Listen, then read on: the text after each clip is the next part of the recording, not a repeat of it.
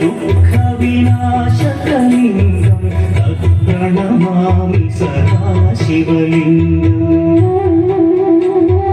देवमुनिप्रवरार्चितलिङ्गं कामदहन करुणाकरलिङ्गम् रावणदर्पविनाशकलिङ्गं तत्प्रणमामि सदा शिवलिङ्गम्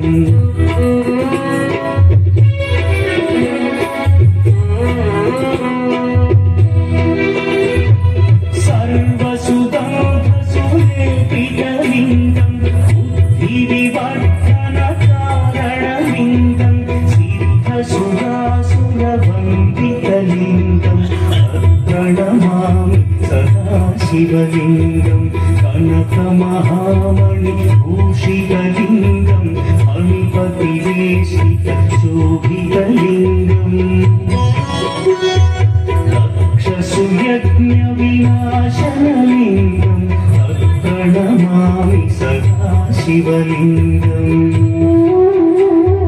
कुङ्कुमचन्दनलेपितलिङ्गं पङ्कजहार सुशोभितलिङ्गम् सञ्चितपापविनाशनलिङ्गं तत्प्रणमामि सदा शिवलिङ्गम्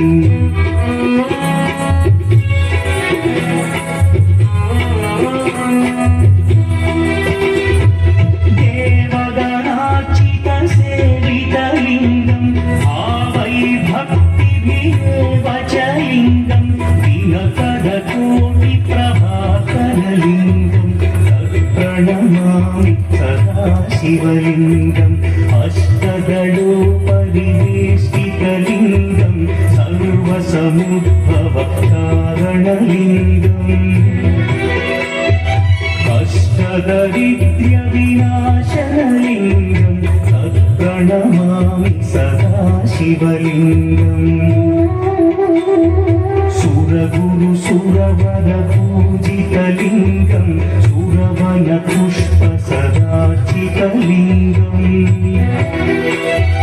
परमपदं परमात्मकलिङ्गं तत्प्रणमामि सदा शिवलिङ्गम् लिङ्गाष्टकमिदं पुण्यं यः पठेत् शिवसन्निधौ शिवलोकमवाप्नोति शिवेन सह